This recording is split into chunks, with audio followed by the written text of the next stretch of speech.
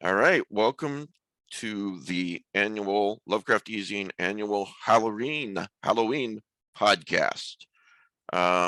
Something that we look forward to every year, right, Matt?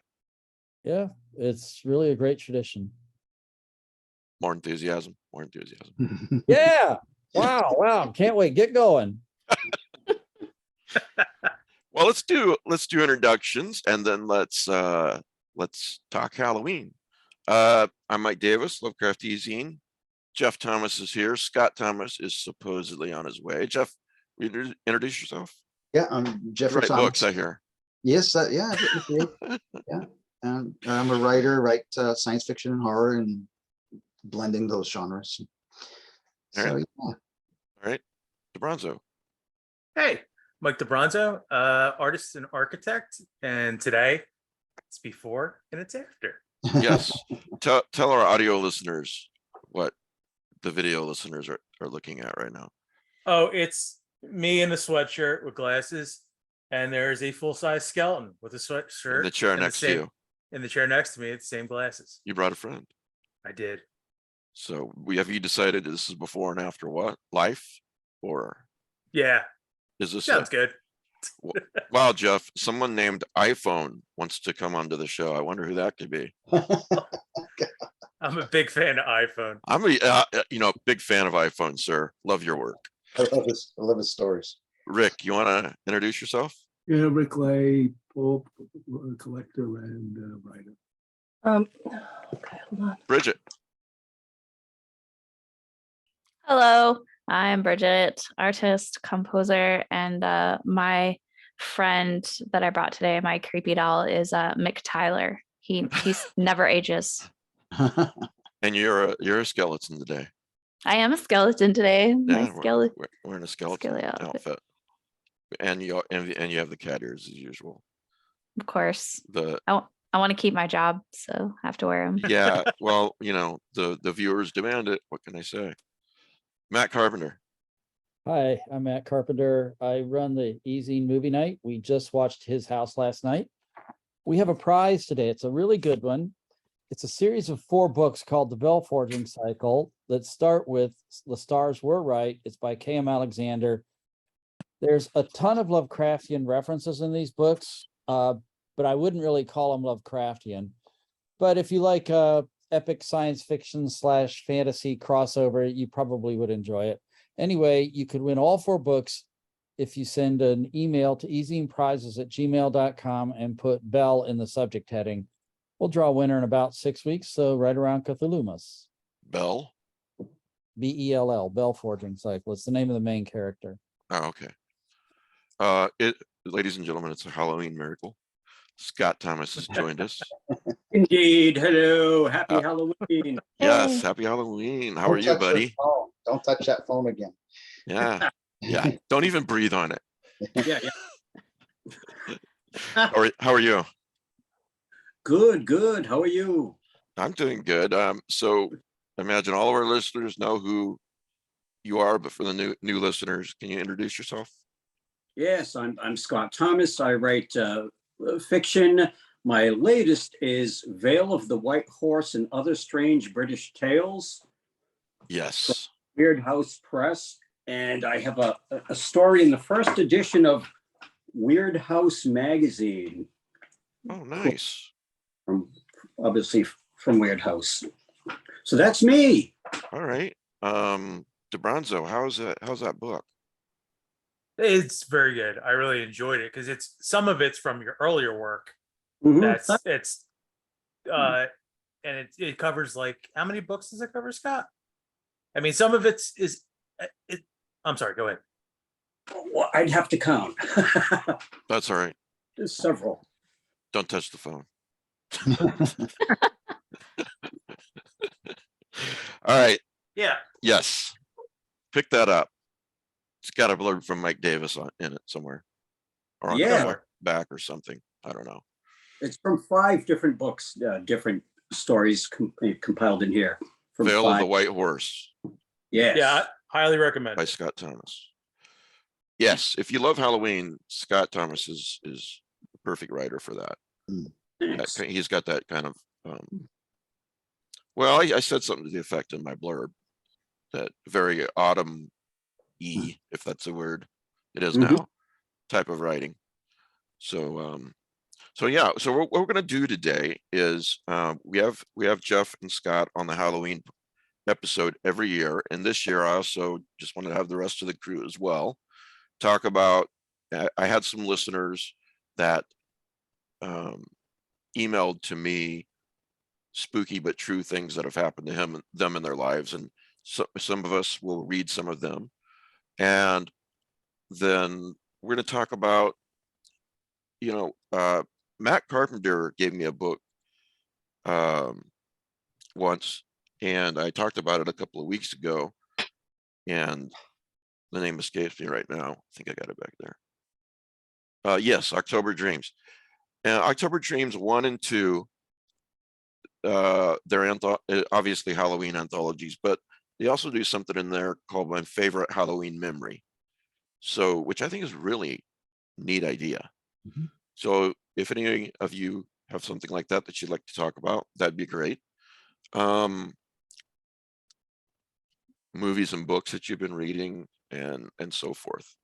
So we can get started with all that. Let's start with what you guys have been watching and reading and doing for Halloween. So I have a movie to recommend. It's called Head Count.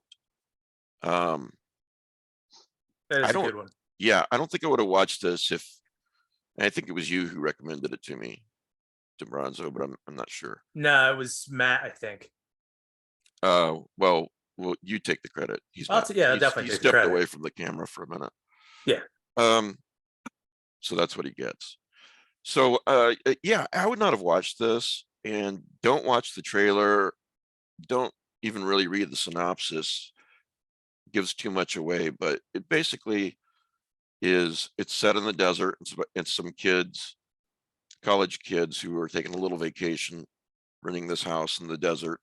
And that's all I'll say. But there were really some creepy moments in that, and some, I think you said, the Browns, stomach dropping moments, or someone did, where you're like, holy shit, did that just happen? And they're not jump scares.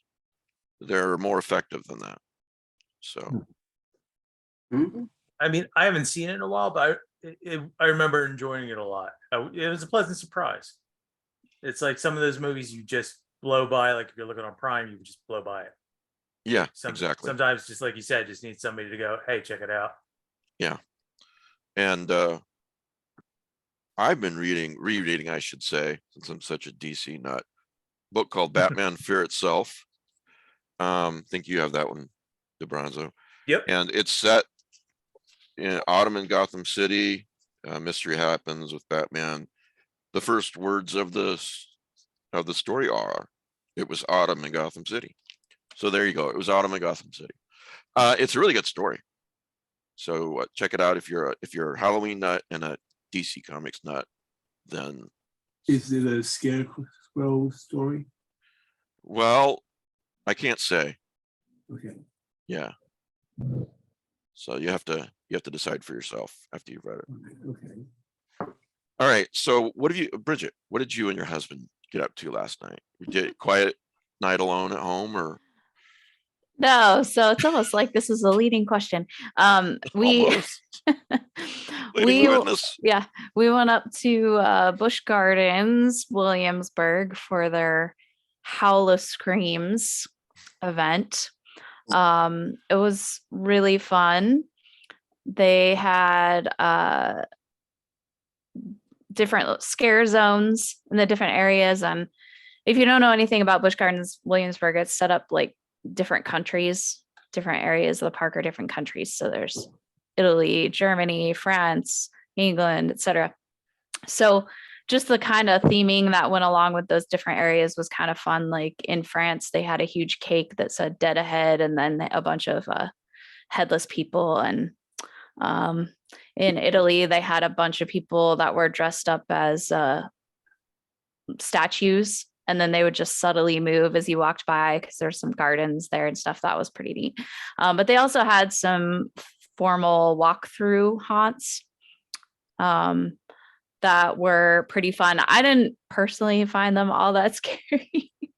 But the ambiance was really neat. And so they had one that was called Nevermore to You. That was probably my favorite one because it was based off of Poe stories, and it was kind of fun just to walk through and see which story they were referencing in different scenes or whatever. But yeah, it was loads of fun. And I think tonight and tomorrow are the last nights of the year for that event. So which one were you about to go into with Mike, your husband? There's too many Mikes on this show. I might have to fire myself. There's too many mics. No, so which one were you messaged all of us and you're like, I'm drunk, I'm about to go in this. No, I did not say I was drunk. Oh, I must have just assumed. You just assumed. No, we went into, that was the first one we were about to go into, which was Darkwater Bayou. That was pretty neat. Nice. Yeah. Sounds cool. Mhm. DeBronzo, what have you been doing in preparation of the season? Trying to squeeze in as many movies as I usually do, but nowhere near what I had planned. Is So that what- is that your annual routine, is watch a lot of movies in October?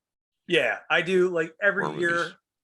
I would watch the TCM horror movies Mhm. because they're classics. And after so many years of watching, I just started buying the movies, so I really don't have to watch it on TV. But I try to go through a lot of those flicks, like Curse of the Demon. I just DVR'd 5 Million Years to Earth, Quatermass in the Pit. I love that movie. Yeah, that's one of my favorite Hammer movies. Mhm. And like I'll mix in Universal horror movies, Hammer movies, just whatever comes to mind. So that and just trying to read as much as I can. I'm actually reading Scott's Over the Darkening Fields. Cool. I'm like I think 5 or 6 stories into that. Mm. So and Is I've that, got is that the one with Winter Census and Halloween Tea? Mhm. yes. Yeah. Yes, it is. Yep. And- I've said this before, but that's my favorite of your books, yeah. Scott. Oh, well, thanks. Yeah, there's actually, if you're listening to this show, you're into Halloween, right? So Over the Darkening Fields by Scott Thomas actually has a story called Halloween Tea in it. Yeah, So that's a really good one. yeah. They're all good, but I mean that was like stood out. What'd you think of Winter Census? I haven't gotten a Winter Census yet, but I think Scott, didn't you read that one year? For one of the Halloween shows? I may- did. Mike has read it a few times. Yeah, I read it once. You Yeah. read? Yeah, I think it was either the first one or one of the first ones. So I remember it. Ah, Yeah. So yeah. Yeah. It's one of those perfect word fiction stories where it's like, this is what happened. I can't explain it. This is really weird, and this is what happened, and I have no explanation. And it makes you feel like when you read stories like that, well, there's more of the universe than we can understand or know. It's the feeling that it gives you. Mm. So, Mhm. so yeah. Now I know the Thomas brothers, you guys, since childhood, you've always had your routines and things that you do in the month of October to celebrate Halloween. You guys want to talk a little bit, since we've talked about them before, but just touch on them briefly about what you would do in childhood, and then just tell us what you've been doing this year so far. Either one, whoever wants to start. I remember Halloween. We would have an AM radio, and we would go searching through the static for stations playing old time radio shows, War of the Worlds or the Cat Wife, and the classic old stories. And it would like these treasures that we would seek for and find out of this AM static, scrolling across. So that's a childhood memory of mine. This year, I watched the Carpenter's Halloween, which I hadn't seen in years, so I really was happy to see that again. Every year The Carpenter's Halloween. John Carpenter's Oh, movie. Halloween. Okay, yeah, right. Yeah. Sorry. And then I like to read a story by Jeffrey, The Yellow House, which is a very atmospheric and set at Halloween. So I managed to get that in this year. I've been listening to an author. I'm ashamed I can't remember his last name. His first name. His last name is Upland, and he wrote a book called The Ghost Hunters. And I found on YouTube, just looking for, arbitrary moody stuff, somebody reading it, and it's like classic British ghost story material, and whoever reads it does an awesome job. But his last name is Upland. The Ghost Hunters is the book I guess he's most known for. I didn't recognize the name, but it makes good Halloween listening. On YouTube? Yeah. Okay. I'll check it out. What about you, Jeff? I try not to stress. I used to try to fit in these certain things that I had to do every year, and I try not to stress about that now because I don't want to. I want to, have some improvise every year and not be held to a certain kind of schedule or whatever. But obviously I try to listen to certain things that music, and try to fit in some movies and try to do spooky reading. I used to play certain cassettes that I had, like episodes of Suspense and The Black Mass and so forth. And I found all those things on YouTube, and I've made a playlist. So I kind of play that in the background. And then there are certain Halloween CDs that I play in the background when I'm reading whatever. And this year I'm reading, and I always have a number of books going. I can't just be reading one book at a time. So right now I'm reading The Nightland by William Hope Hodgson. Never read it before. Last night I finished Junji Ito's latest release, the Black Paradox graphic novel. I'm reading also Matthew Bartlett's collection from Journal Stone, Where Night Cowers. I just finished. Yeah, that's pretty new, isn't it? Yeah, it just came out this month. And I finished K.A. Opperman's collection of poetry, Past the Glad and Sunlit Season. I just finished that. I just finished Spectral Evidence, the collection by Gemma Files. So I'm just trying to read as many different spooky things as I can. And of course, catch movies too. About a week ago, I watched, hadn't seen it in many years, The Tingler with Vincent Price. And I'm not sure I'd ever seen it before. I remember as a kid, it really scared me, especially a scene with a blood-filled bathtub. Yeah. I'm not sure I ever saw it this way before, but when it gets to that sequence, the bathtub is the blood in that scene is red. Oh, Yeah. And everything else is black and white. And I don't think I ever saw it that way before, but it was like a cool shock. wow. And speaking of shock, how they used to have certain seats in the theater wired Buzzers. up for an electric shock. So I love that movie. I think that movie, I don't like to see a lot of remakes, but I would love to see David Cronenberg remake that movie, because I think the central concept of a kind of a parasite that lives in all of us, and under certain circumstances it can be manifested. I think that's kind of almost like a Cronenbergian body horror idea. And but it's a fun movie.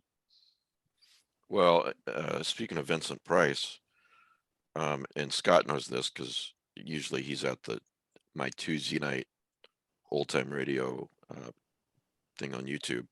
Mhm. But I've played several episodes from his show, The Price of Fear.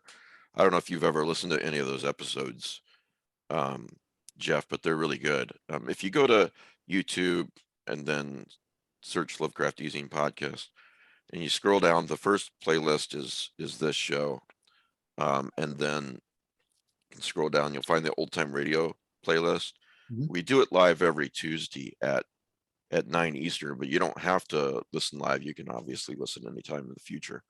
And I've already put several of my favorite episodes from The Price of Fear.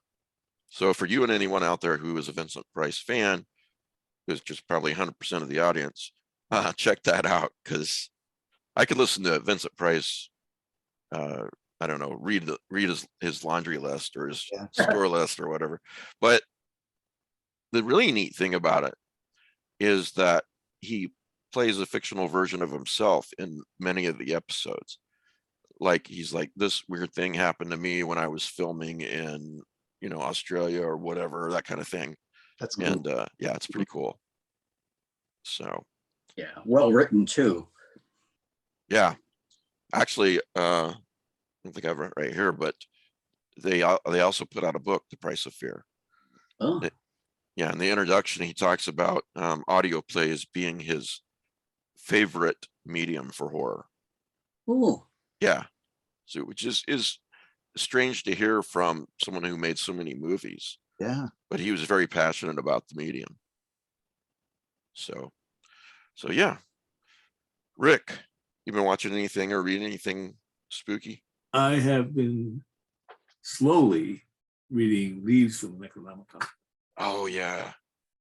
I've already got 4. And Jeffrey's story, I'm reading them in order. I've got a long while to go before I hit your story. Yeah, it's the last story, Yeah, or the Penny Ultimate story anyway. I think the 25th story. Joe specifically asked me to write a story about a man and his daughter, knowing that you know how close I relationship I have with my daughter. So Joe gave me that prompt, and I ran with it. Yeah, you want to explain what Leaves of a Necronomicon for those who don't know? Leaves of the Necronomicon follows the printing of a copy of the Necronomicon. It's the John Dee edition. And it goes through various owners. And that's the central link to the anthologies. I would comment, it has been available now for over a month in Kindle or electronic versions. The print copies are not yet available, but they should be soon. I've been waiting on a print copy before I read it. Mm-hmm. This Joe was very passionate about this project, Joe Pulver. Mm. And I'm sorry he's not here to see it, but he'd talk about it many a time, you know, when I was video chatting with him. I've liked the first 4 stories that I've read. Yeah. And I really want to finish this, but I got distracted by other things. But on movie-wise, I saw 2 movies that I've been putting off for a while. One is not Lovecraftian, but it's Howardian. That's The Northman, the Northman. You've seen that? My son saw it and really liked it. Yeah. The Vikings' Tale of Vengeance. There is some supernatural elements in it. And I finally saw God and Monsters, which was the James Whale. fictionalized story about how James Whale, the director of Frankenstein, died. So Ian McKellen. Yeah, it's a good one. And I've been watching Cabinet of Curiosities, which I finished. Yeah, so Very uneven. yeah, let's talk about that for a minute, because Del Toro put it out in time for Halloween. My favorite of the ones I've seen, I haven't seen them all yet, it is The Autopsy. I thought that was Yeah. really true to the story, really well done. Yeah. And I was hoping it would be. But what'd you guys think of the show, of the series? I have. I'm sorry. Go ahead, Mike. No, you go, Jeffrey. Yeah. I still have the last 2 episodes to go. I've have mixed feelings. It depends. They have different. The Autopsy was the most serious in tone, and it was very faithful to the story, and it was well done, well acted, all across the board. Very, very good. I haven't been entertained by all of them to some extent or another, but they haven't knocked me out. The first, a number of them, 1, 2, and 4 felt kind of like somewhat goofy, Tales from the Crypt, but fun. And then the 2 Lovecraft adaptations I wasn't happy about, and maybe I shouldn't be so bitter about them, but because I mean, you look at something like From Beyond, and they take the central story and then they do quite a bit of bring a lot of new stuff to it, and I thought that was a great deal of fun. So I don't know why I just feel kind of like I just didn't like how they deviated from the stories as much as they did. The fact that these 2 episodes, these 2 stories have been done better before on Night Gallery for Pickman's Model, and Masters of Horror did Dreams in the Witch House. There was some elements that I liked in those. I thought Keziah Mason was very scary. I didn't like the attempts at Boston accents. They were so grotesque, and it's particularly in Pickman's Model, like Crispin Glover's accent kept pulling me right out of it. But I've seen people who really seem to like those So, I mean, that's just my take on it. You know, No, that's all of true, my but books.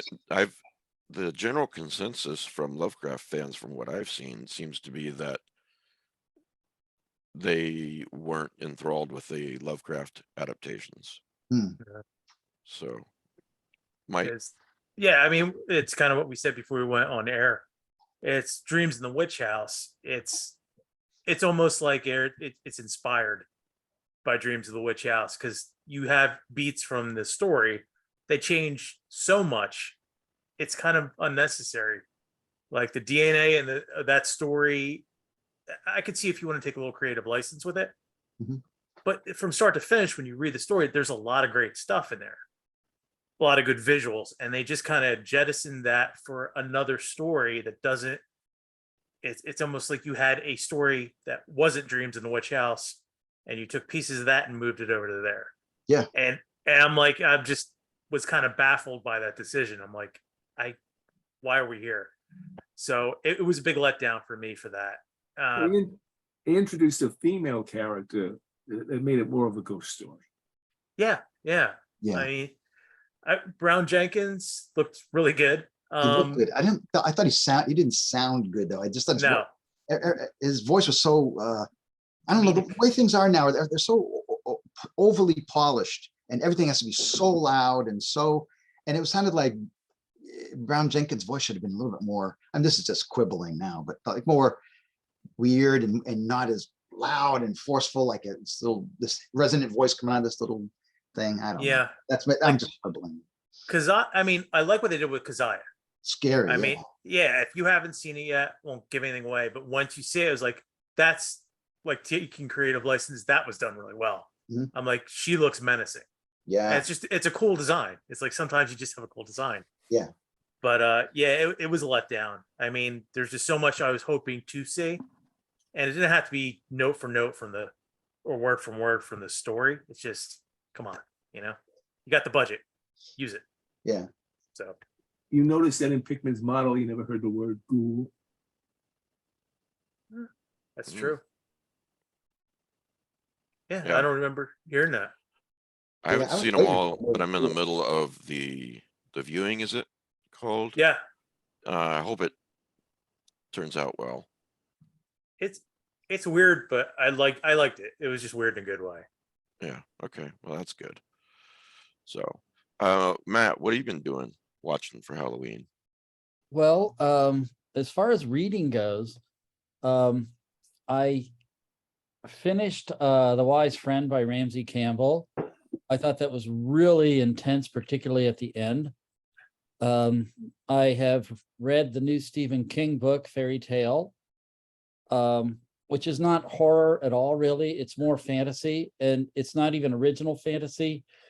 If you've been reading fantasy for a long time, all these tropes have been recycled many times.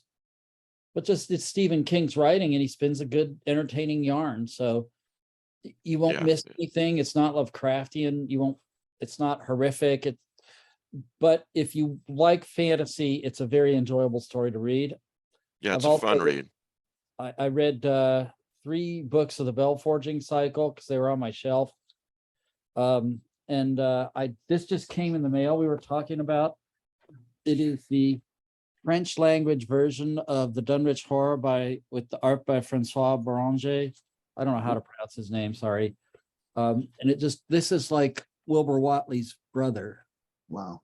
These paintings are just spectacular. Mm. But as far as watching, it's mainly been Top Chef and Great British Baking Show. That We is did watch- horrific. We did watch Pumpkin Pie Wars, which was horrific.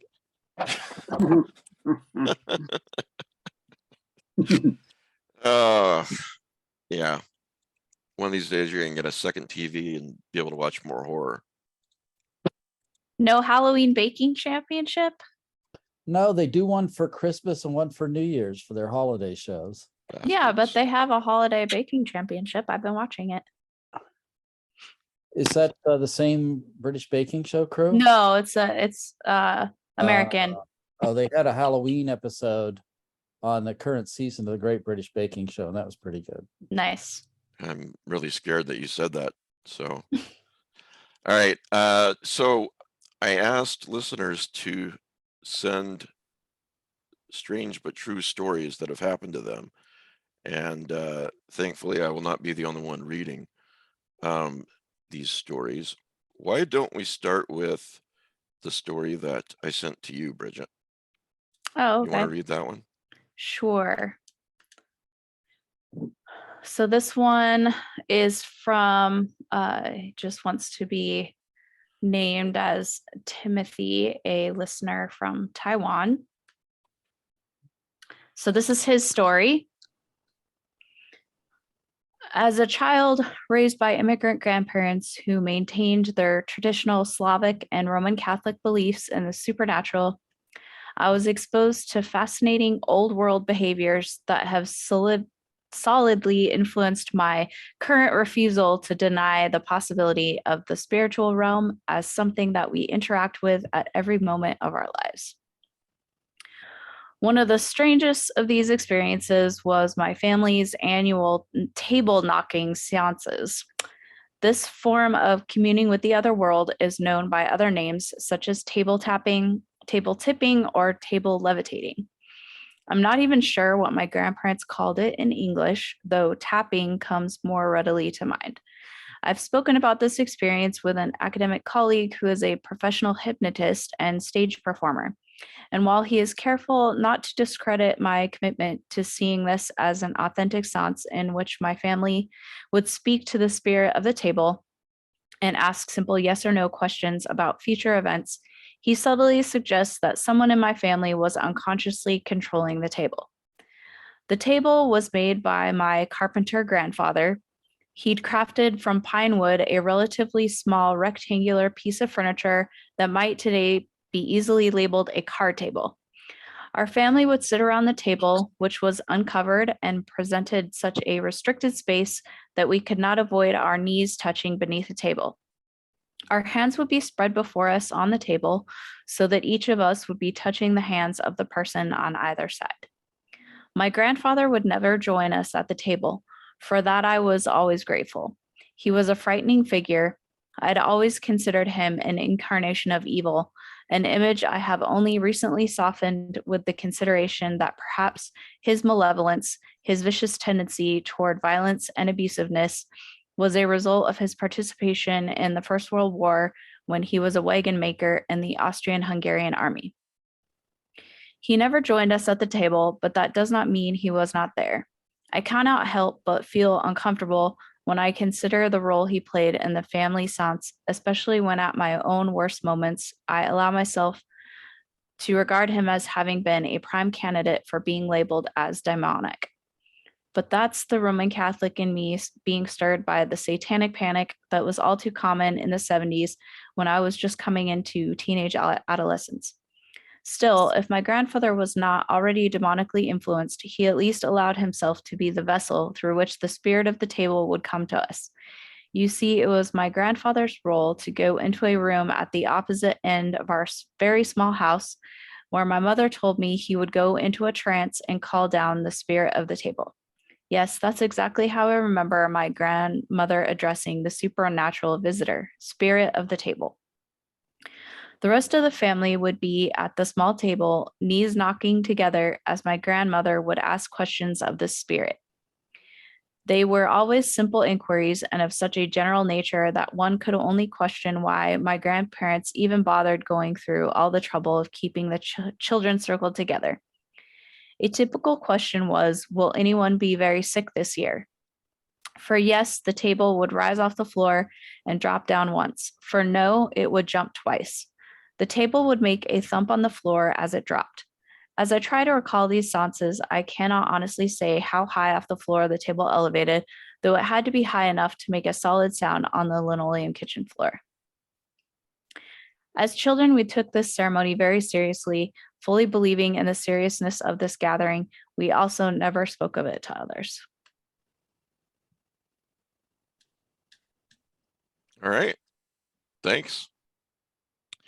I have one from, I'll read one from Alan. I won't say his last name, although I don't think Alan minds. You guys know Alan, he's a Patreon. Good friend. He says, this is not terribly spooky, maybe a little eerie, and completely true. I went to school more than 2 decades ago at college with the largest campus in the United States. Lots of forests, trails, spooky Gothic buildings, and more deer than students. I was walking back to my dorm late one night and I saw a cat that looked a lot like my cat back home. And while deers, squirrels, raccoons were a common sight, dogs and cats were not. It seemed to be walking ahead of me in my general direction. I wasn't far from the dorm hall side entrance, maybe 50 yards. And as I got closer to the exterior lights, it really looked like my cat, a somewhat distinctive Siamese mix. Except that this cat moved a little quicker than my old cat, which had been with us since I was 7 or 8. And my cat was about 70 miles away at my family's home. I lost sight of it around the corner of the building. And as I opened the heavy door and entered the barely lit hall, I could have sworn I saw the cat disappearing into the darkness ahead. I assumed that this was a trick of the light or my imagination, since there was no way the cat could have made it past the door at night. I went to bed and didn't think much about it until my mother called the next day and told me that our cat had passed away overnight. Wow. Oh, Holy moly. Aw. wow. Yeah. I mean, how can that be a coincidence? Yeah, it's kind of a creepy story and also sad, if you Yeah. cats or dogs. DeBronzo, you want to read the story I sent you? Oh, well, one second. Matt, do you want to read a story? You're muted. You guys have better reading voices. Nonsense. This way I don't have to take responsibility. I can just criticize. All right, yeah. Okay. Okay, so this one is from Dave. And dear Mike, story below is 100% true, and 200% of it still scares the hell out of me. This happened right around the year 2000. I was a sales rep at the time. That meant my usual routine was to get up around 3 a.m. and begin work at 4 a.m. I sold product to Home Depot. One summer night, it was summer because the windows and the blinds were open, and I was sleeping on top of the bed sheets. I woke up and looked toward the foot of my bed. Another 15 feet past that was the window, and there, outlined by a black sky, was an even darker figure. It wasn't a figure of a person per se, and there were no red eyes, so it would have disappointed Art Bell. But it was a mass of darkness. I could see that it raised a hand, and as it did, I began elevating off of my bed. I couldn't move. I was the most scared I had ever been. I couldn't reach out with my arms. I couldn't kick out my feet, and I couldn't scream. I hovered about 3 feet above the bed for what seemed like an eternity, but maybe it was only a minute or two. The darkness lowered its arm, and I was placed gently back on the bed and fell immediately asleep. The next day, I am at work, walking through a Home Depot. I was still rattled by my experience and was running through the events in my head and coming to the conclusion that I had been sleeping. What I had experienced was a bad dream and sleep paralysis. I was in the back part of the store, since that is where the computer rooms are, where I turned my orders in and was walking back towards the front of the store when I lifted off the ground again. I was literally walking about a foot off the ground, still moving forward at the same speed I was, as if this entity was telling me that was no dream. I was elevated for about 3 feet and then set back on the ground. I had 2 fears during that time. Number one, did some customer see me? And if so, what would they think or do? And 2, I didn't want to float up any higher. Weird, I know, but those were my immediate thoughts. But I seemed to acknowledge that what had happened the night before was real. That is, when I was set back down. I haven't experienced anything since that time, but as a side note, outside the window where the darkness stood, I had planted an avocado tree and it had died. I then planted a cherry tree in that same spot and it had died. One last tree was planted there and it died back almost to the ground, but when it recovered and is 20 feet tall today and in excellent shape. To me, that means the evil that occupied that spot has finally left. Dave. Wow. Crazy. Yeah. Wow. I was worried too, Mike. Yeah, that was crazy. Hmm. I think a lot of it's like weird fiction. You can listen to this, where a lot of weird fiction, I think, is this is what happened. Hmm. And Scott, you said several times, and I heard you on a different podcast once saying your mantra in writing is kind of explain nothing. Yes. So, when you hear these stories, you can say, well, maybe it's a hallucination, or maybe it was this or that or the other, or, like the cat story. I can't think of an explanation for that, but it's fun to listen to these and think, maybe there's more to the world than we think there is. Yeah. Mhm. Tantalizing. All right. So I sent you two stories, Jeff. There's a short one I want you to read from a very special listener. Yes, You can explain who that is. sure. This is from Jackie Davis, who is Mike's mom. Yeah. Mhm. And so I have the privilege of reading this. Jackie writes, one night about 20 years ago, I'd gone to bed and fell asleep early, around 7 p.m. or so. I suddenly awoke and felt frightened. I was laying on my right side, and there was a mist floating across my view. It was very eerie. I was so scared that I went downstairs to where my sister lived to stay until I felt better. I don't know what was going on. I have lived alone for 30 years and do not scare easily. It seemed as if something evil had been in my room. That's creepy. Yeah. Yeesh. That's really creepy. She's told me that story several times. She was living in Fort Worth, and she had a second floor apartment at the time, and my Aunt Brenda lived directly beneath her, which was nice for both of them. Hmm. Yeah, she's told me that, and she spent the rest of the night in Brenda's apartment. So yeah, thanks for reading that, Jeff. Sure, that was eerie. Yeah. I'm going to read another one, and this guy doesn't mind his last name being shared. Robert Atone, he's been on the show before. He's a writer, nice guy. And he's included photos too, which maybe I'll upload and include the links. I'm not sure if you guys think I should, but anyway, he goes, "Hey Mike, I have a paranormal experience to share. I was with my wife at the Stanley Hotel back in 2017 or 2018. We drove cross country from New York to Colorado for a concert at Red Rocks, and my only criteria was that we stay at the Stanley. That's a long drive. So the place is beautiful, very cool. By the way, Matt, how are all of us doing? Did you want to step in with any critiques yet, or Well, you still sound like you, Mike, so just I still not, sound like me? Okay, not much we can do about that. that's a critique. Yes. All right. I would send you one, Scott, but I don't want you to touch your phone. Me too. Anyway, Robert goes on to say, so the place is beautiful, very cool, great food, okay drinks, but the spirits themselves, on a tour of the hotel, a few little things happened. Some lights turned on and off. Some of the doors squeaked a bit. I caught an orb in a picture, but there were two big things that I can't really explain. During the tour, we were taken into these underground tunnel-like systems that connect one end of the tunnel to the other. The walls are limestone because the mountain the hotel is built on is, well, limestone. So I found the walls and the general structure of the underground area to be really neat.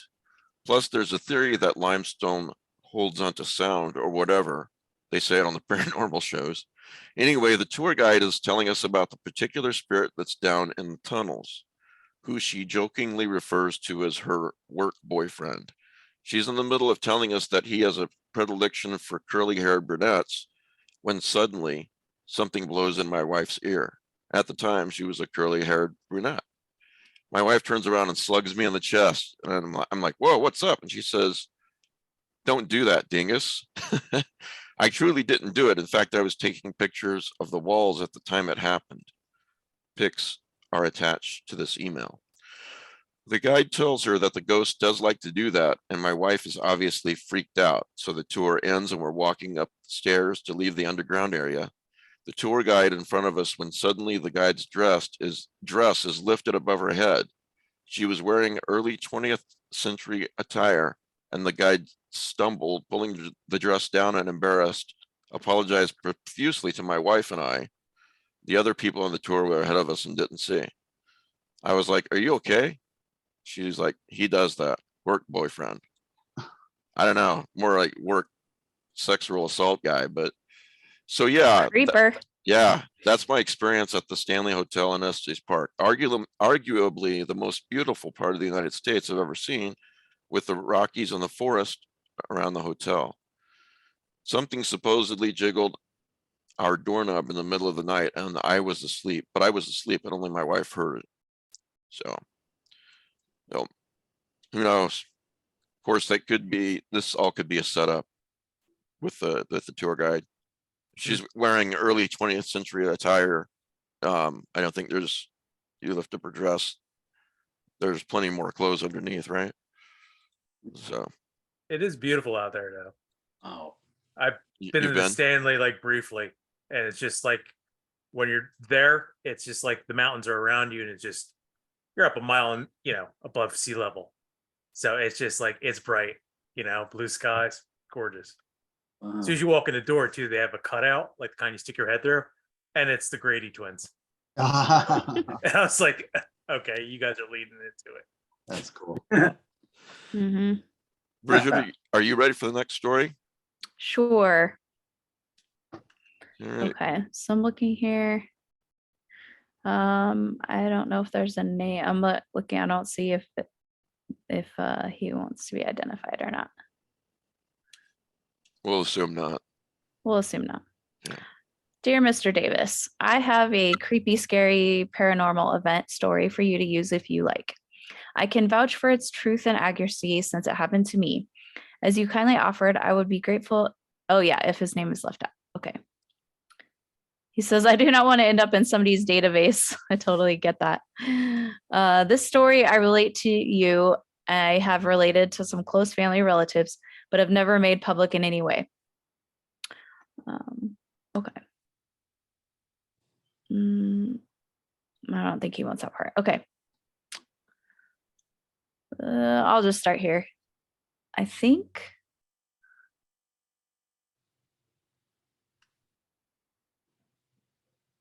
Should I have given you more time? Sorry, there's just a lot of background in here, and he said he didn't want to be identified. So I'm trying to find out where the story starts. I'm sorry. No, that's totally fine. Why don't, Okay, here we go. All right. okay, great. After completing Yeah, I my, mean, it's better yeah. to take a few minutes and err on the side of not identifying someone who doesn't want to be identified. yeah. So yeah.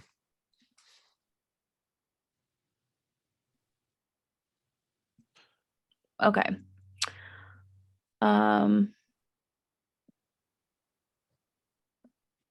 All right. So let's just say he was involved in a lot of training that involved lack of sleep. Okay. The experience, which I now relate, Oh, I remember that. Yeah, that was Yeah. background. Yeah. I had for many years considered an hallucination. God knows that I was in bad shape when it happened. It was during the second month of our training. We were in the mountains of Georgia in 1981, and it was bitterly cold. We were on our third day of a hard patrol through the snowy, frozen mountains. Nobody had slept since we departed, and we had marched or otherwise moved pretty much the whole time. Our rations were a single C ration each day, which I will tell you, under those circumstances, was very little from our point of view. It must have been after midnight on this third day when we stopped on the side of a very steep slope to make a patrol base at which to prepare for the next phase of the operation. I was acting as a common infantryman on this patrol, in spite of my rank, for all those going through the course were equals. It was terribly cold. Another man who was an infantry lieutenant named, we'll say something else, and I made a hasty fighting position on the perimeter of the patrol base, facing up a very steep and snowy slope. How the wind whipped us and the snow blew straight down the hill in our faces. In our exhaustion, we both fell asleep at once, though this was forbidden. After some time, his buddy woke up, shivering violently, as he told me later. He looked over at me and saw that I was not shivering. He was not in good mental state either due to fatigue, and so he concluded that I was in better shape than he was. He looked down the hill and saw a small fire, which the ranger instructor had built for himself, and by which he was curled up sleeping. His buddy told him, please forgive the language, but I want to be accurate. Fuck this, man. I am going down by that fire to warm up.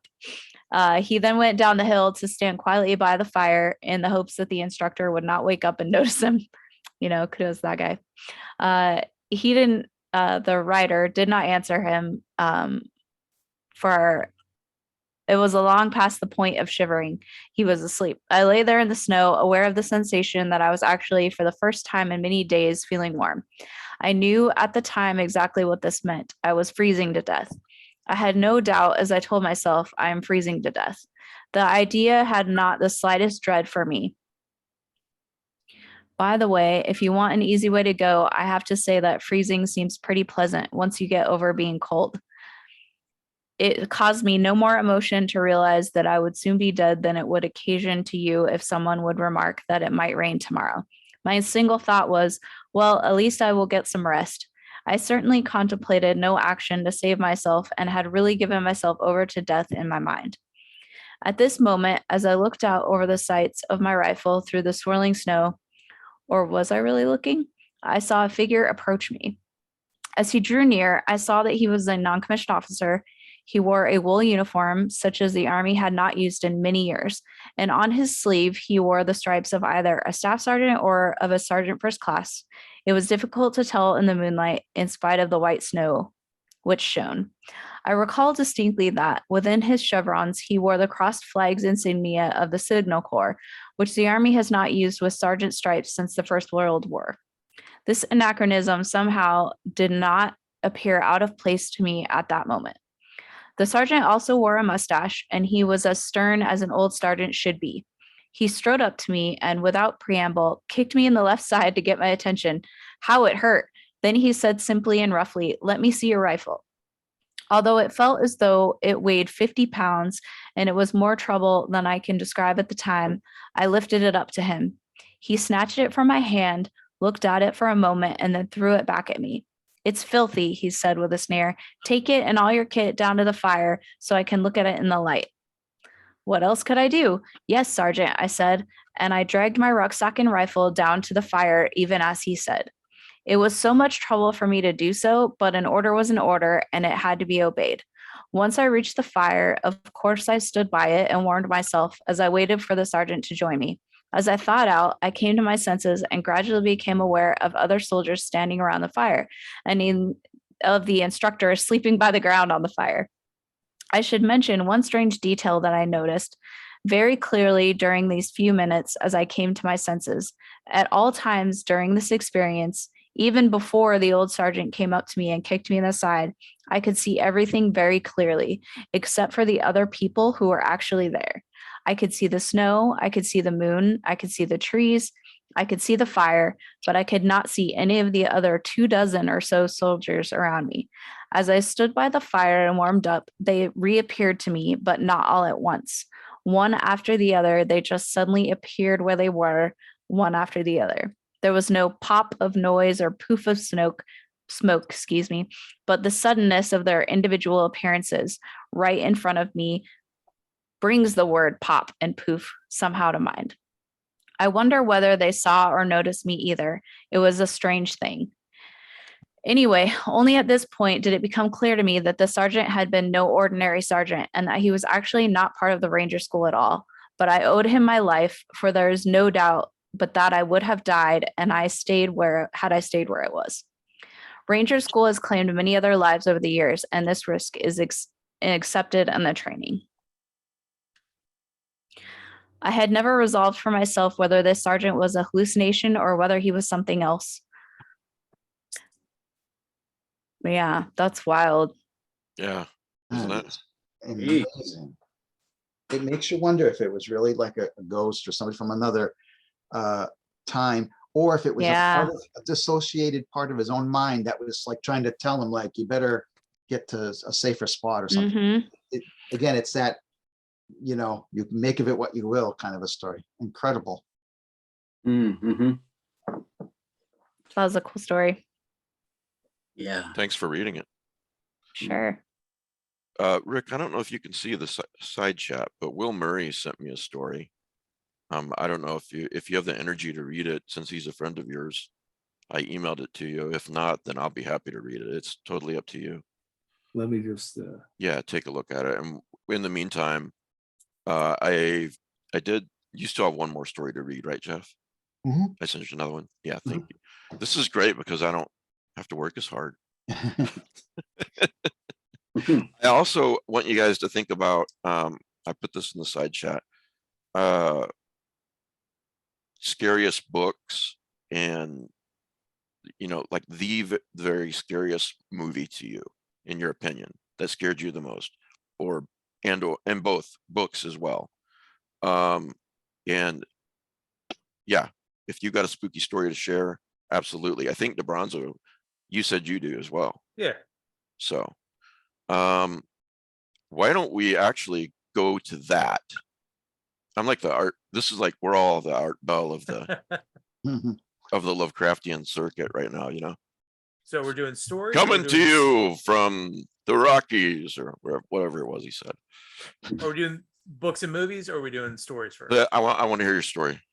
Okay. You want to go first, or you want me to go first? No, go ahead. Okay. I have no stories that I haven't told a million times. Gotcha. My story was when I was a little kid. This is like 1984. We went to our sixth grade class went to Stokes State Forest, which is up in the mountains in the northwest corner of New Jersey. It was, it's a field trip, but you're there for like, I think it was 3 or 4 days. I don't think it was a whole week.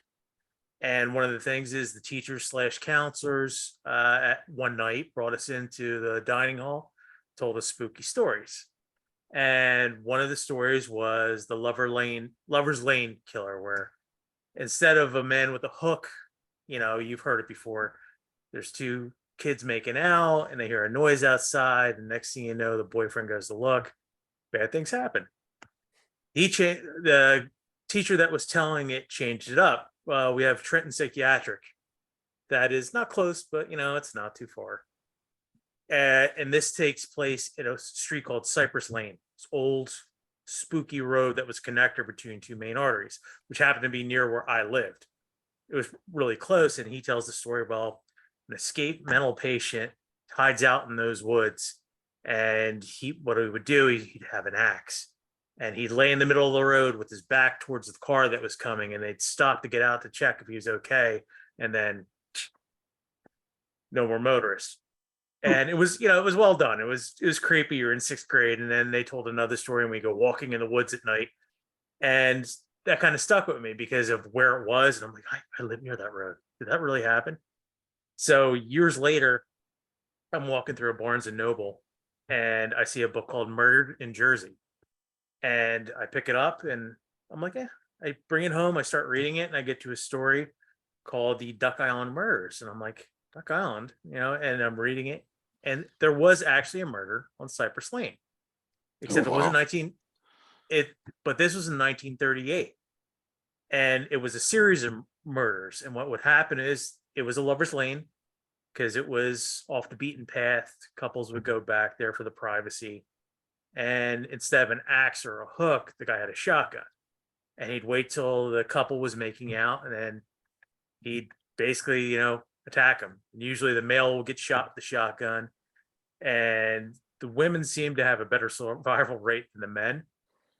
But, I'm like, oh, wow. And I'm reading the story, and it was Duck Island, and then he made it over to Bristol. And then I think he disappears for a little bit, but he's still active. What happened is I think he got drafted. And when he was on leave, I think he attacked somebody else. And they did a lineup, and one of his buddies was like, oh, hey, and kind of like ratted him out by accident. And he goes to state prison for the rest of his life. But I just always found it fascinating that there's a kernel of truth to these Yeah. stories we hear. It's like the Lover's Lane thing actually happened. Probably happened in a million different places, similar circumstances. And I'm like, this is so old. I mean, could this be one of the events that kind of got this, to go, like that story to begin? And Yeah. and there was like a Cost Cutters that was there, which was like a discount store. And that was like 1988, and somebody got murdered in that parking lot, which is right next to Cypress Lane, which also makes you think like a lot of as we're going through life, there's a lot of things that, you're walking over the same ground somebody else did. So I always, it's, a horrible thing, but I always get a kick out of, wow, there's some truth to that. Yeah, So, no, I know what you mean. yeah. That's wild. Uh, and I sort of have this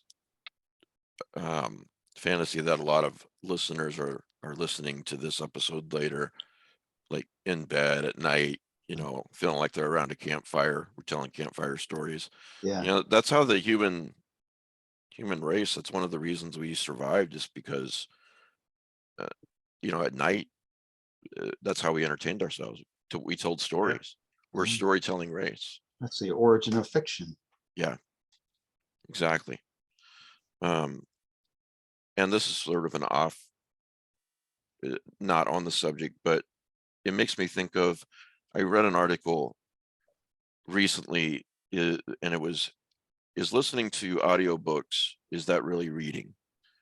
And the author of the article said basically the same things that I feel, that this argument is bullshit, that people that are just trying that join clubs to make themselves read enough, or doing bean counters of how many books they've read, and they're mad at themselves if they don't read enough. They're missing the point that fiction is entertaining. That's why we read Yeah. fiction. Mm. And when you listen to a story, that's the whole, many of us, that's the first time we read, so to speak. Before we could read, we heard stories, or our parents read to us. Yeah. And it's so, if you have to imagine the events in your mind, then to me, it's the same thing as reading.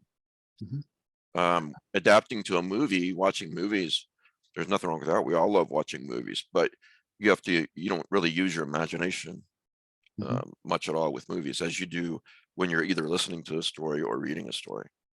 I think when people say that it's not really reading when you're listening to it, it depends on your level of engagement. There are True. times when I listen to audio horror, it's just in the background noise, and bits of it are coming through. And then there are times when you're listening more avidly. And the same can be said for a movie. Sometimes people just play a movie in the background while they're doing something else, folding laundry. And if you're reading, there are people who speed read and they skip parts, which is unthinkable to me, but they do. So it all depends on your level of engagement. So I don't think necessarily listening to an audio story is less reading than reading out of a book. And there are people I've known who had a vision problem, who were depended on audio Right. for their reading. And so I don't think audio is any less valid. It depends on how much you want to pay attention to it. You still have to use your imagination to visualize it. Mhm. Yeah. I mean, Yes. it's just two ways of taking it in. Yeah, One's visual, one's auditory, but you're still, Mhm. it's the same Yeah. information. Meant to say it's like to imply that it's somehow not as much work as reading. For me myself, I'm more of a visual person than an oral person. So it's actually really challenging for me to focus on audible stories, but that's part of why I do it, is because I want to train myself to be able to listen and comprehend better. So Mhm. I would say for me, that's not at all a shortcut. That's actually harder for me The than reverse is just true. reading a book. Yeah. As for me, Jeff, what you mentioned about how engaged you are, I can put on, say, an audio drama that I've heard a million times as background, and I don't care, because but if I'm listening to a book for the first time, or even second or third time, I can drive, but that's about it. I can't listen to one and really be paying attention to it and say working or Yes, doing anything else. So exactly. that same level of focus as a book, I can't read a book when I drive down the highway, but once you get going on the highway and it's sort of almost automatic, then you are focused on the story. That's about the best I can do if I really want to focus on the story, and I always do. Me too. Me too. The things that I do listen to in the background this time of year are things that I've heard before. Yeah, But- exactly. Yeah. And like Bridget was saying, I prefer to read. That's how I prefer to take it in. It's harder for me to focus if I'm listening to it. And so I don't really listen to a lot of audio fiction unless it's something that I've heard repeatedly and maybe I get different, things out of it each time. But the first time, like for instance, the first time I listened to like Clive Barker's The Hellbound Heart on audio, where he reads it himself, Mm. I listened more avidly to it. And now that I've heard it so many times, that's kind of a Halloween tradition to me. Right. This time of year. Now I can play in the background when I'm doing something else. So Matt, have you had something spooky happen to you? Not or creepy No. or scary? No, you can't count paying for your son's college tuition. That was horrific, but it was not spooky. It was anticipated. But I can't say I've had anything. The only thing you talk about books that really scared you. Yeah, let's go to that. Well, I know Bridget has a spooky story too, but go ahead. There are two book things that really scared me. And once when I was a teenager, I don't know if I was 15, 16, and I was reading The Scroll. the Lovecraft collaboration, Winged Death. So if you imagine it's a hot summer night, I have the windows open, there's no air conditioning in the house, I'm the only one awake, maybe it's 1 a.m, and all I have on is like this dim light bulb to read by. And a huge black wasp flew into the room, Oh, flew up to the light bulb, crawled up the fixture and disappeared. oh, And I just about freaked. I may have thrown my book. Never saw the wasp again. But you thought about it plenty, didn't you? Yeah. Like, okay, but I gotta say, the truth is most horror books to me are not scary. I mean, they may be reading, they give me this feeling of disquiet. Mhm. But, I'm not sitting there in fear. Right. You know what I mean? One time I was reading a novel called Balak by Stephen Mark Rainey. Oh yeah. And there's just this one scene that he's writing where something happens completely unexpected. And I actually felt a frisson of fear when I read it. Oh, he's gonna love hearing this. He's a But it was like patron and that- he it's just that listens to the one, I show. don't want to, if you're ever going to go back and read it, I don't want to ruin the scene. Right. That is about the only time I can ever think like I was scared when movies, it's different because like Bridget says, you have the visual, you have the music, as well as the oral, the conversation going on. But in terms of reading a book, that's the only 2 times I think I've really been scared reading. All right. We'll But there return to are- that. So go ahead. There are books where when you dwell on them, they're extremely disquieting, and these aren't even necessarily fiction books.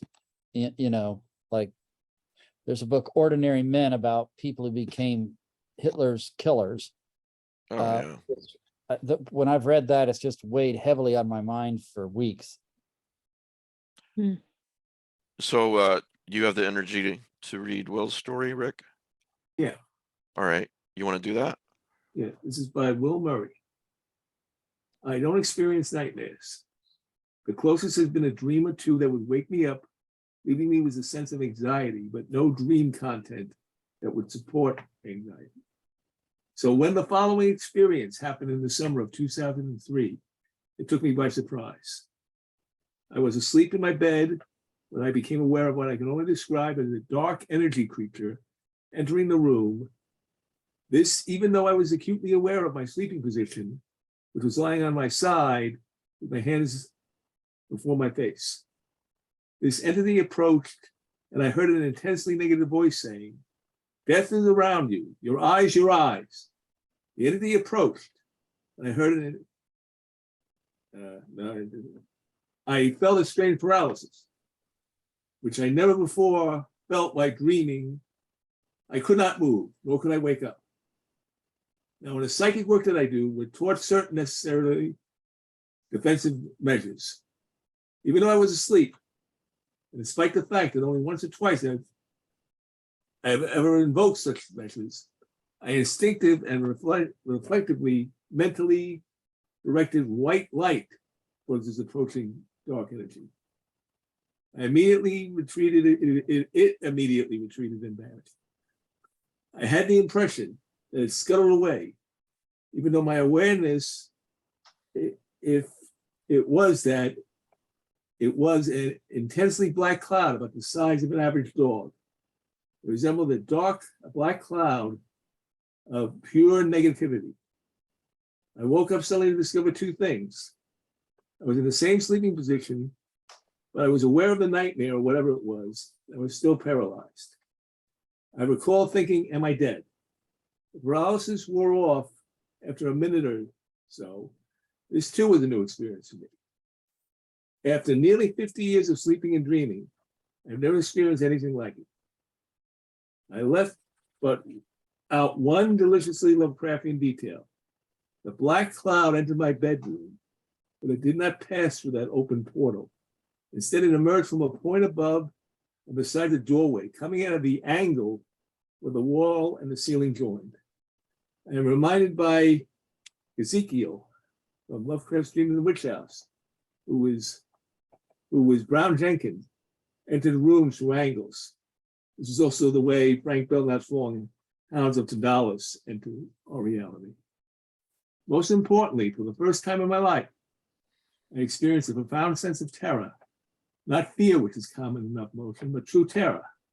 Perhaps it was due to an intense emotion alone, but to this day, I cannot shake the conviction that experience was in some way a real one, and the black stain was no figment of my sleeping imagination. I wonder if Lovecraft was the same way about the Nightbooks. That's a good story. Wow. Creepy. Lovecraftian twist. I hear it. Oh, it's kind of funny. That's what I've experienced, something similar Really? throughout my life. And he actually, in his book, The Wild Adventures of Cthulhu, he's got a story in there called Dark Redeemer, which is probably inspired by this, which he talks about. There's a common phenomenon called sleep paralysis, where the person is in a semi-conscious state. Hypnagogic. So Mhm. you can see your bedroom, and you feel that there is an intruder has entered the room, and someone that takes the form of a dark cloud or a shadowy figure. And I've had it happen about at least 10 times. Oh, wow. How do you feel when this happens? That same terror that he mentions? Yeah, I can't move. Oh, wow. And That's I've gotta be mentioned this terrifying. before, and you've forgotten this, but only one time have I seen the figure, and it looked like you. Mm. Me? Yeah. Oh, yeah, now I remember you saying this. Wow. So, yeah, if anyone needs any proof that I'm evil, there you have it. Oh my Or it gosh. could be, if this was a horror story, it would be a elemental taking your shape, Mm. and it should trick me. Let's go with that. Mhm. Taking a familiar shape. I did That's not do creepy. this, I promise. That's Yeah. just what the doppelganger would say. Well, you know, I love doppelganger stories. So it's w- pretty amazing that this happened. It was the guy who was in the photo of you at Oh, yeah. Oh, God, that's so creepy. Mm. From the festival there, yeah. Yeah, for those who don't know, there's a photo of me. We're all standing outside. I think I'm talking to Justin Steele and some others. And then way back in the background with another crowd of people is someone who looks exactly like me. Mm. Same, you know, hair, body shape, stance. You know, Hmm. it's not just somebody who looks like me, it's somebody who stands like me, you know, and feels like me. And it's just really weird. I can't explain it. Wasn't he dressed similarly? Yes. Yeah. Yeah, I've seen that photo. It's provocative. Yeah, I did not do that. I promise. Yeesh. I wouldn't know how to do that. So, and it's one of those things where, like, if somebody faked it, why would they go to the fucking trouble? Who cares? You know? Mm. So Mm. it's just, yeah, I guess you could say that's something weird that's sort of happened to me. So doppelganger stories are fascinating, I think. Hmm. Let's see here. I think Jeff has one to read and Bridget has a spooky story to tell. Mm-hmm. So why don't you go ahead, Jeff? Okay, And then after that, we'll do scariest books and movies. cool. Or if no one else has something to, maybe Scott does. Go ahead. So this one is from Kay Bow. And it starts out, "Hey, Mike and the gang. I'm the guy that made those little statuettes for you. I thought, why not tell the creepy story my dad told me? So my parents and their best friends grew up living side by side as neighbors in a town called Lisburn, Northern Ireland. The street they lived on was called Railway View in Lambeck. On this particular night that the story takes place, I was a small baby in a cot in their room. My mom woke up beside my dad one night to him talking to someone saying, 'You're all right. It's okay. Where did you come from?' My mom couldn't see anyone in the room, but was terrified. She shook my dad, who asked, did she not see the little girl in the corner of their bedroom? He said that there was a small girl about 6 or 7 standing in the corner, soaking wet, and he was trying to calm her down as she was crying. Anyway, my parents said they put it down to a night terror or something like that. Years later, having moved away but keeping close contact with their friends Janice and Alan, their neighbors, they were having dinner together. They got a few wines in them and began to talk about really creepy things that had happened to them. Janice said to my parents that she had woken up to Alan, her husband, shouting at someone to get out of the house and to call the police back when they'd lived in Railway View. She couldn't see anything or anyone in the room and shook Alan awake. He asked her, hadn't she seen the girl in the room in the corner? When my mom tells the story and says that my dad went the color of milk when Janice told his story, and when he admitted he'd seen the same, both my dad and Alan couldn't speak in shock. My dad and Alan had both seen the exact same little girl at different times and never mentioned it to one another for fear of being seen as, well, bananas. It turned out that through research, a little girl was hit on the train tracks just a stone's throw from their houses. The train line was used to name the street Railway View. You can Google the story today and it still sends chills. It still chills me to the bone. Happy Halloween, guys. Much love and good words, Keith. Wow. Dang. And 2 people had the same experience. What do you get to say to that? Yeah. Yeah. Man. Bridget, what's the spooky thing that you would like to talk about? So, this is basically an experience that I had as a kid. When I was growing up for a number of years, my mom and I lived with my grandparents. And there was just something about my grandparents' house. Pretty much all of the family who's lived or stayed there at one point had some sort of experience. Some of them shared, some of them similar. And so there's a ton of creepy stories I could go into, but this is the creepiest one that ever happened to me.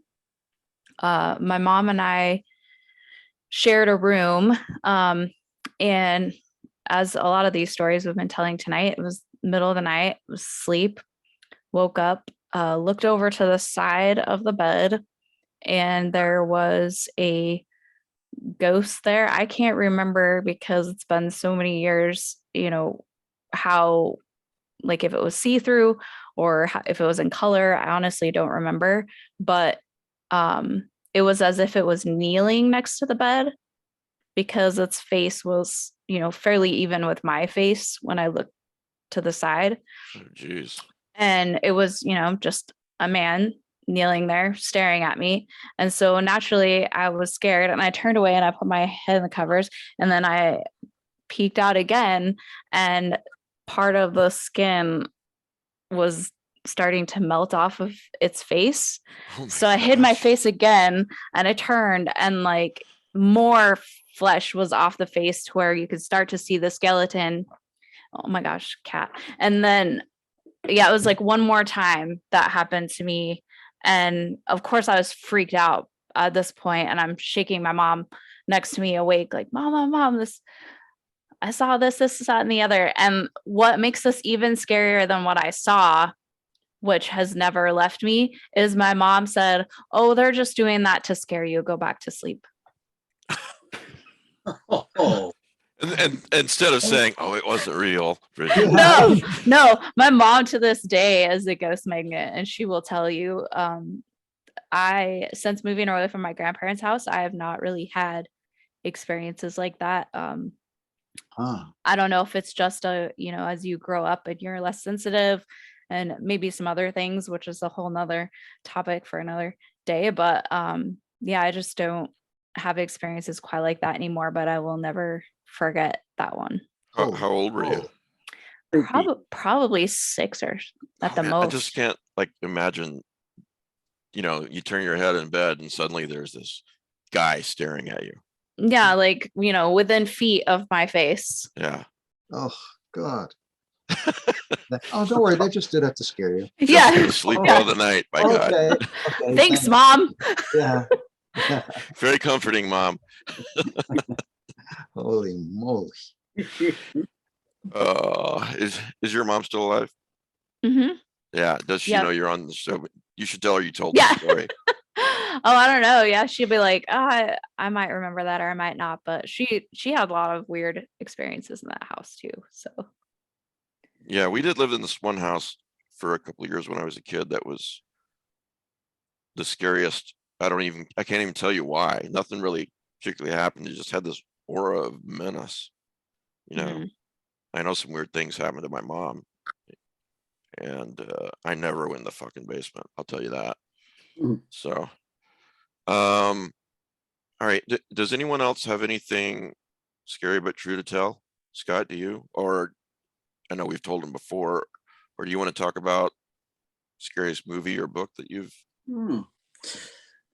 Yeah, when you're a kid, you're so much more susceptible. You're so much more impressionable and stuff. So I'm sure there's stuff that I'm forgetting, like books that I would have found scary. But like Matt, I find it very hard to find a book that scares me. I can't like call one to mind. But in terms of a movie, growing up, we loved The Innocents from 1961. Jack Clayton directed, Deborah Kerr, and Truman Capote wrote the screenplay. The Innocents, one of my favorite movies. So as kids, that was really scary to us. You're so much more affected when you're young. But I had gone decades without seeing it. And I was living in Maine, so there's no great punchline here, but just talking about like a movie that I found scary. It's really hard to scare me, just in general. I remember one summer I'm reading like supposedly true ghost stories in the middle of the night, and to test myself, there was a little cemetery, very old, with slate graves, a few houses down from us. So in the middle of the night, after reading ghost stories, I walked through it.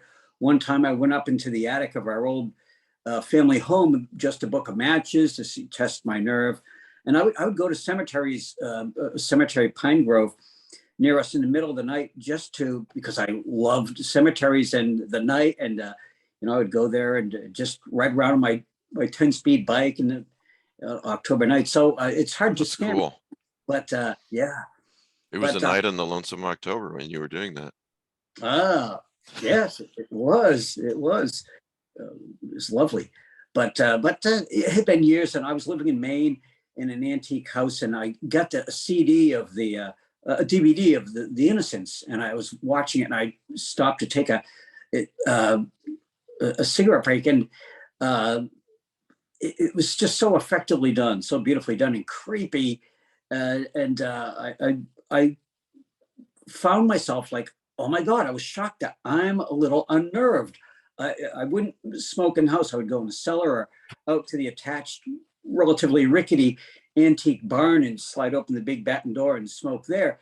And I was amazed at, oh my God, I'm creeped out. And that's just something, a state that movies and books and stuff don't usually generate in me. So it's like, that speaks very highly of the spooky factor of the movie, The Innocents. Yeah, I'm the same. Really hard to scare or rattle. And maybe just because it's so recent, there's been a couple of movies like this, but very few. You know, watching Head Count the other night, I'm alone in the house and Danielle and Logan are away on a trip. And you know, it's night.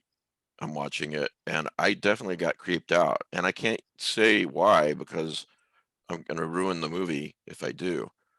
Mm. But you know, ambiance is important when you watch horror movies. Needs to be, if you want to, you know, do it properly, it needs to be after dark. So I guess for me, when I'm thinking about scary movies, a lot of the ones that were the most scary experience for me was when I was much younger. yeah, Like now, if I watch a movie and there's a jump scare, I'll go like, ah, but You become jaded over time. sure. yeah. So I It's just not the remember, jump scares that gets me, it's the disquieting stuff. so, I'm so sorry, Matt, go ahead. I think I was in like ages 10 to 12, 10 to 13, something like that.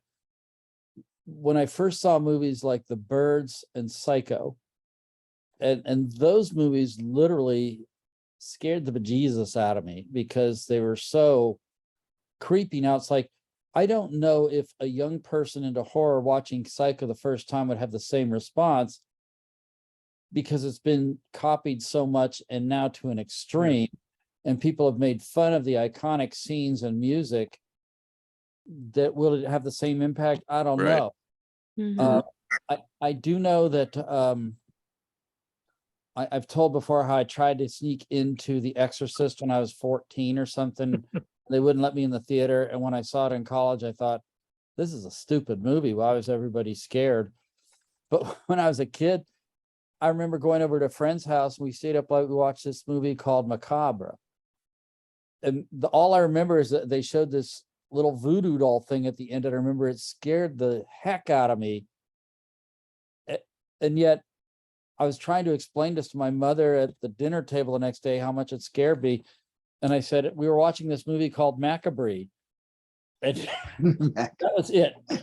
Whatever sympathy I would have had for my family based on that mispronunciation haunted me for decades. Hey, anything macabre happen? I can Ow, boulder. I That can was a scare William Castle movie. Yeah. to this day, I can scare or make her feel really uneasy if I just mention the birds to Danielle. One time I showed her this really neat GIF or GIF, however you say it, of the birds flying out of the church. She's like, God damn it, stop it.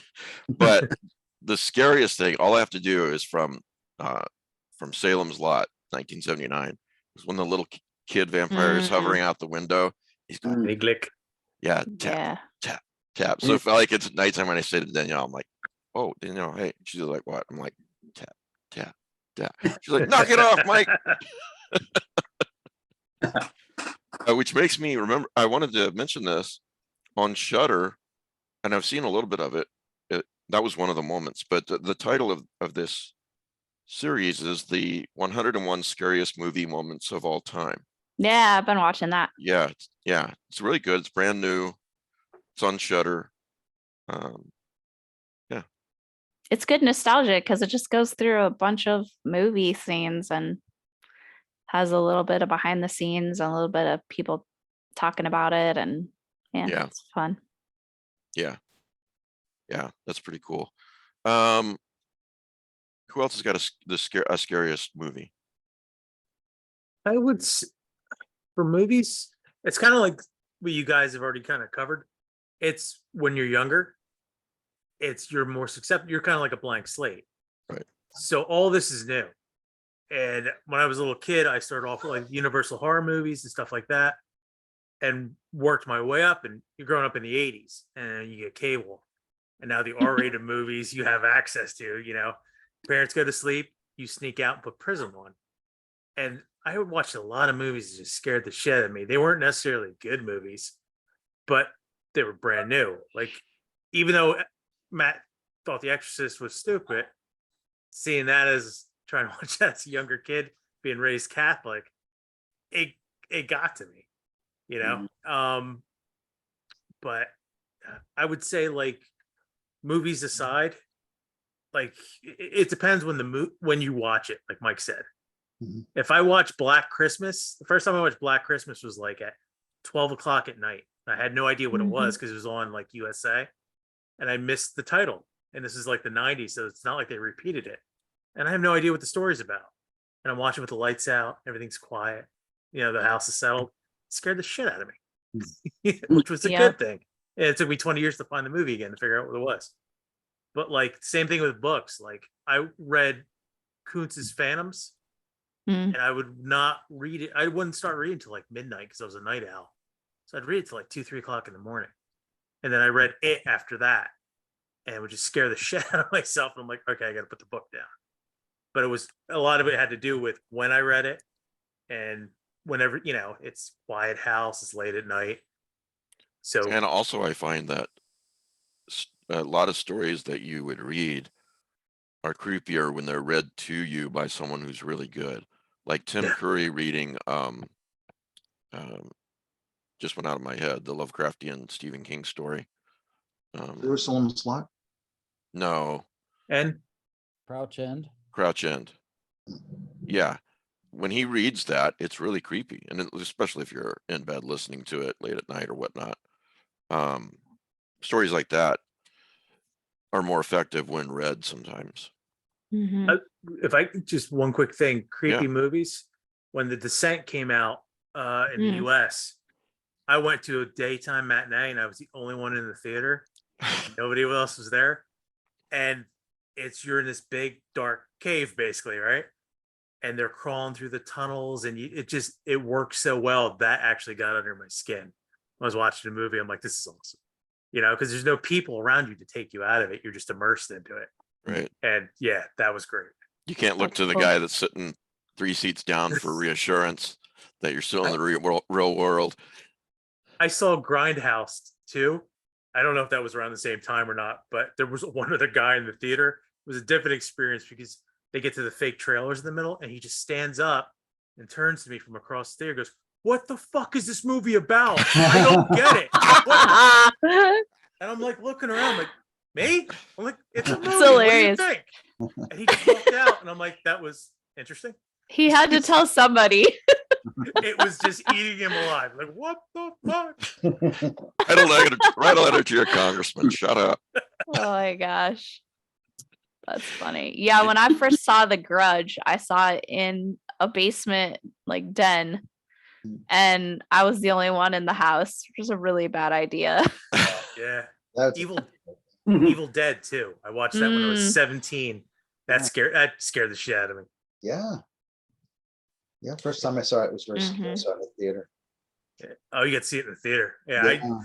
VHS. Turn the lights off. I'm like, I haven't seen this movie. I knew nothing about it except that it had a reputation.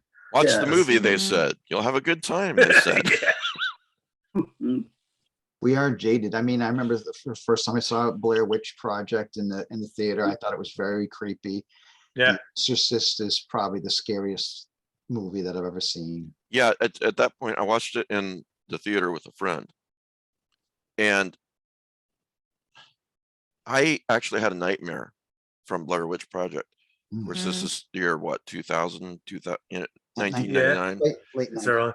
And, I was like 28 at the time, something like that. Wasn't a kid, although arguably anybody under 40 is a kid in my view, But, yeah, but then I watched it again recently, like a year ago with Logan and Danielle, and they'd never seen it before. And they're like, not scary at all, Dad. Mm. And I'm like, you know what? It really wasn't creepy at all the second time. But the first I time I would- watched it, it was. When you Yeah. don't know what to expect, it makes a big difference. Yeah. Yeah. Like the scene inside the tent with you hear the giggling outside from the kids. Mm. Then it's like you almost see the impression on the tent. Like Yeah. that got me in the theater. I'm like, huh. And You what know, isn't, and then- what isn't shown is always more Yeah. And scary. at the time I was living in a house that was up against the woods. So when I got home, like, yeah, maybe it wasn't that bad. And then it's just like you start looking out to the woods. And I may or may not have been a little enhanced at the time. Like, I'm freaking myself out. What the fuck? So it worked the Well, first time. There are few things more creepy than the woods at night. I will say Yeah. that. Mm. The very Often- first Knife Point horror story I ever read or listened to, excuse me. For those who don't know, this is a very, very good horror fiction podcast. The very first one I ever heard was Staircase. Oh yeah. And, you know, like Matt says, like reading a Mhm. book maybe doesn't creep you out. It's disquieting or whatever. I totally agree. But listening to Staircase in the Dark, read by Soren Narnia or told by Soren Narnia, I was like, what the fuck, man? And there's this scene where his guest is looking out into the, you know, he lives like at a cul-de-sac on the edge of the woods. She's looking out into the woods and he's thinking, I wonder what she sees out there or what's looking back at her, something like that. And I'm like, holy fuck, this is a creepy story. That's when I got hooked on Knife Point horror. Hmm. You You know, know, it's creepy. Just Yeah. not the woods, but the mountains at night. We used to go to a place called Strucka, PA, and it was a house, mountain house. You're like an hour away from like a hospital. And during the day, you're fine. You know, it's just like birds are chirping, it's sunny, the woods, blah, blah, blah. It's all great. When the sun sets, because there's no ambient light or anything, it just gets really quiet and it gets really dark. And there were no and you're really fucked. there were no drapes or blinds in this house. And like God. I'm not Mm. used to this shit. I'm like from suburbia. I just was freaking out all night. Like, is somebody watching me? Is there Hey. somebody out? Right. And like I'm at the time I'm like a 45-year-old adult male. I'm like, I'm not a pussy. I swear, it's just really scary. It's unnerving.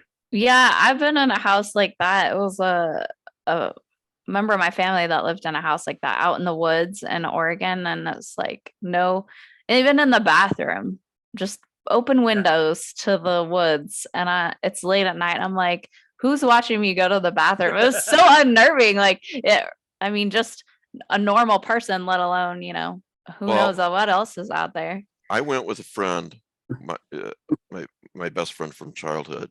Well, late teen years, I'll put it that way. Same guy that went with me to Blair Witch. Anyway, we decided we were gonna we didn't really believe in ghosts, anything like that. Not sure I do now, but we went in the middle of the night and we met these guys that wanted to go with us or drive their car with us to this place, this graveyard about 30 minutes away from town, out in the middle of nowhere. And the cemetery is called 13 Stairs. This is in Iowa. Interesting name. Yeah, Mm. well, it comes from the fact that the cemetery is on a little hill and there are 13 steps that lead up to it. Hmm. And, you know, the usual stories about is it haunted or not, that kind of thing.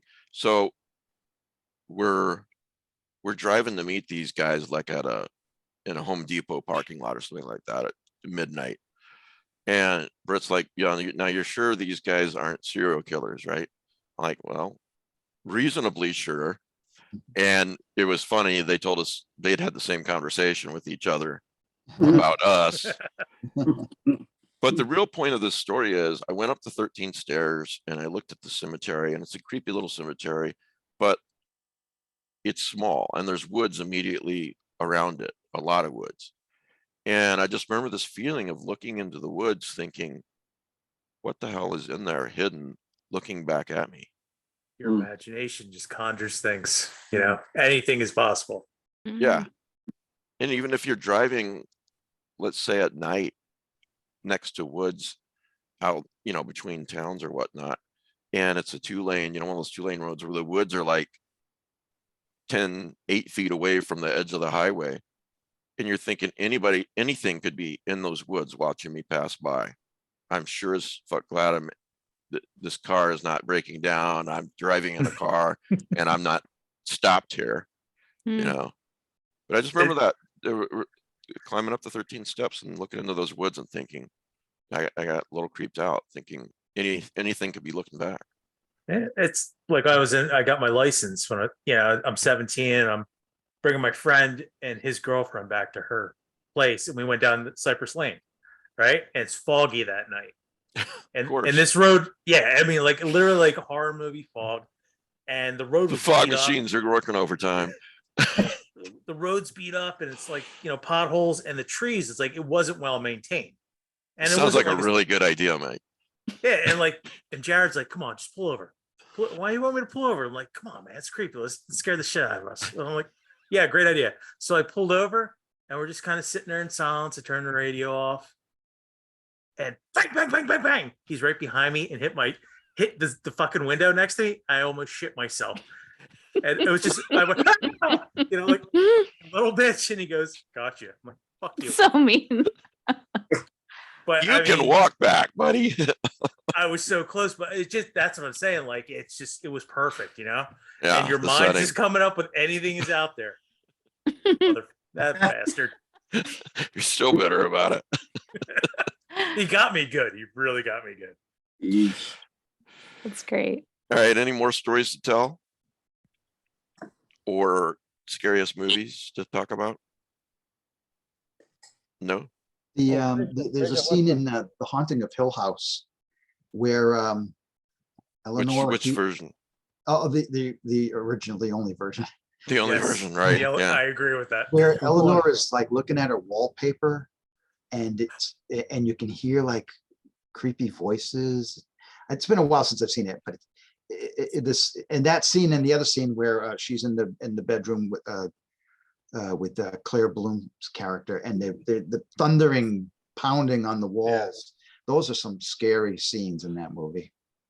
The first scene when you can hear her inner monologue or dialogue in her head, and she can hear the little children crying, and then I just watched it again recently. Yeah, And there's like this chanting from an older male voice, but you can't make it out. yeah, that's what makes it so creepy. And she goes, why is Theo holding my hand so hard? She's gonna break it. Yeah, And there's just that reveal, like, oh, it I just wasn't looks hol- across the who was holding my hand? I'm like, that was really good. yeah. I haven't seen it in decades, but it's due for a rewatch. I seem to remember. I love that movie.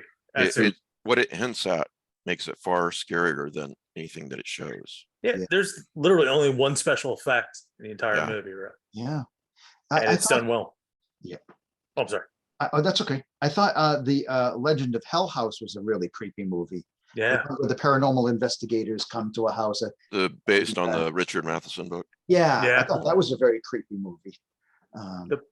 Mm-hmm. book's even more vicious. It's I should read it. It's Richard Matheson. yeah. yes. No, Yeah. it's more graphic. Like there's stuff they didn't put in the movie, and I don't think they could have, especially not in the 1972 or whenever it came out. Oh. But I don't But know, is there a creepier, scarier movie than Jaws? I- Eh. when that came out in 1975, like one of Steven Spielberg's first really smash hits. Mhm. I mean, I was like 15, no, 16 maybe.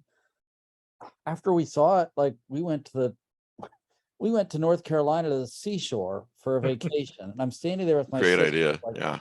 8 years younger than me, and we're standing in water that's ankle deep. And we're both looking at each other, well, haha, no sharks can get up here, can they? And about that time, a big catfish swam out of the water behind our ankle and then back out to sea. Oh no. And we just looked at each other and took a step back. Yeah, I mean, culturally, that literally, like they said, it literally scared a generation out of the water. Yeah. Now, kid- if I remember right, they couldn't get the Jaws thing to work for like a while, and that's why you don't see Jaws until halfway through the movie, And it but it makes- makes it so much more effective. Yeah. Yeah, Yeah. The Bruce John kept breaking Williams down. score, it's like who wrote the score for, was it Herman wrote the score for Psycho? Yeah. Mhm. Yeah, John- Bernard Herrmann. The John Williams score for Jaws is similarly just completely brilliant. Yeah. yeah. Mhm. Even That now, man was a that's genius. on that people think about. You Mhm. were gonna say something, Jeff? Sorry. Oh, I took my kids to see it recently, Jaws in the theater. And I was waiting for that scene where they find that the kind of dead guy kind of floats out of the Yeah, boat. I was waiting to see them jump, and they're just sitting there like, you know. And I asked my daughter, I said, "What'd you think of that scene with the dead corpse? The corpse came out of the." She's like, "Oh, what? Oh yeah, I don't remember." You know, I've it's like, seen worse on Oh my YouTube, gosh. Dad. they're Ben so Gardner didn't do it. they're so jaded. Oh my god, people. Yeah. That's one of those movies you can watch ad nauseum. Yeah. It just never gets old. Plus Roy Scheider. Yeah. I mean, that he's why I've watched. Well, he's part of the reason why I watched Blue Thunder 178 times. Have you ever seen Sorcerer? Sorcerer, no. I know what you're talking about, but I haven't seen it. Where they're trying to transport like nitroglycerin or something.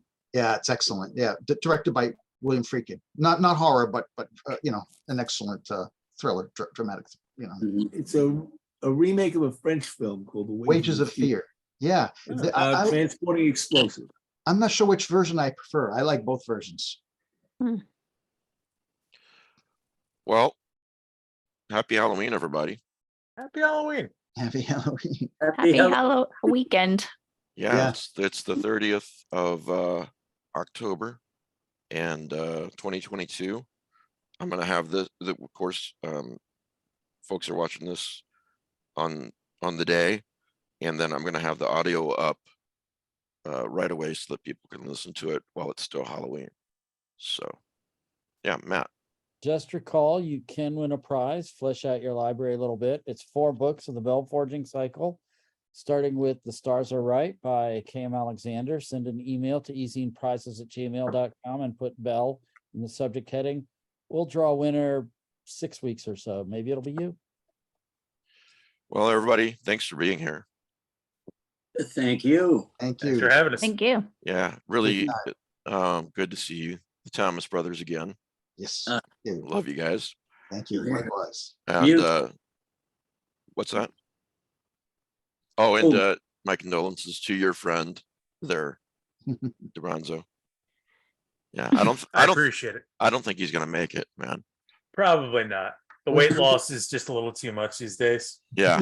Who's So Bridget's guy? Did he walk away? Oh, he Did you see one of my he cats? bailed. Oh. He got too scared and Oh, I fell. thought I thought jumped was- down. I thought He knocked down Mick Jagger too. Yeah. Did you see my cat get on? Oh, or speaking of the there devil, he is. Yeah. speak of the devil, and he appeared. Aw. Hi, buddy. I know you just Aw. attention. Sorry, he's thumping the microphone. Dad, I never get patted. This is Shadow. Aw. Uh-huh. Hello, Good Shadow. name for a doppelganger's cat. Yeah. Ah. What's the We'll matter, never guy? really know if you're the real Mike Davis. Spoiler alert. Why would I'm anybody not. be my doppelganger? It's like, God, ain't you got anything better to do? Gee. Could then be Mike's doppelganger and Rick's nightmarish experiences, or in this photo from Necronomicon, or was it I think it was actually the HP Lovecraft Film It was the Festival. Lovecraft Film Festival. Yeah. Yeah. So anyway, good to see everybody. Thanks for being part of the Halloween show, everybody. DeBronzo, Rick, Matt, Bridget, and the Thomas brothers. Be sure you pick up sorry, the title just went out of my head, and I've read the book, Scott. Veil of the White Horse. Veil of the Huh? White Horse. Yes. Yes. By Hey. Scott Thomas. And pick up Over the Darkening Fields too. Although pick up the new book first, because he'll actually get paid for that if you do. I think it's just reprints You on all Over the need to Darkening pick up Fields. Westermead. Sorry, if you Yes, wanna you're get right. that, it's the best. And but- by the way, Thanks. Leslie Clemens. check Oh, that I got out. mine too, man. It's Me too. beautiful. Yeah, it's lovely. I'm mentioning Scott's working just like one of my chopped liver, dude. No, no. So where can people find The Yellow House by Jeff Thomas? It's in a collection of my stories called IE, spelled A Oh, that's right. I and 3 exclamation points. Mhm. Because Scott's always saying this is the quintessential, I'm paraphrasing, but quintessential Halloween story. Mhm. I wouldn't go that far, but it is set at Halloween. Yeah, Well, you're humble. great atmosphere. Yeah. So, yeah. Anyway, happy Halloween, everybody. Thanks for being here. I hope you're listening to this in the dark, but even if you're not, maybe you're driving down some lonesome highway in the dark, listening to the sound of our voices, and now listening to all these scary experiences, you're scared shitless. So if so, our work has been done. So thanks Mhm. everybody for being here, and we'll see everybody next week. All right. And yeah, have a happy Halloween.